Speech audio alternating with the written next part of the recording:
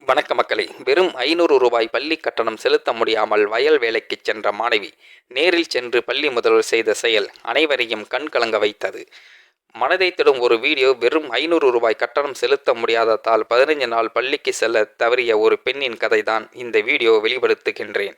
குடும்பத்தின் நிதி நிலைமை மிகவும் மோசமாக இருந்ததால் பள்ளிக்கு செல்வது இனி சாத்தியமில்லை என்று நினைத்த அந்த பெண்ணின் வருத்தத்துடன் இருந்துள்ளார். வேறு வழி இல்லாமல் அந்த பெண் தனது குடும்பத்திற்காக வயலில் வேலை செய்து வந்தார். இதனைத் தொடர்ந்து எந்த தயக்கமும் இல்லாமல் வயலுக்கு சென்ற பள்ளி முதல்வர் சேற்றில் வேலை செய்து கொண்டு இருந்த மாணவியை அழைத்து ஏன் பள்ளிக்கு வரவில்லை என்று கேட்டுள்ளார். உடனே அந்த சிறுமி வீட்டில் பணம் இல்லாததால் பள்ளி கட்டணம் செலுத்த முடியவில்லை, அவமானம் தான் பள்ளிக்கு செல்ல விடாமல் தடுத்தது என்று தயக்கத்துடன் கூறினார்.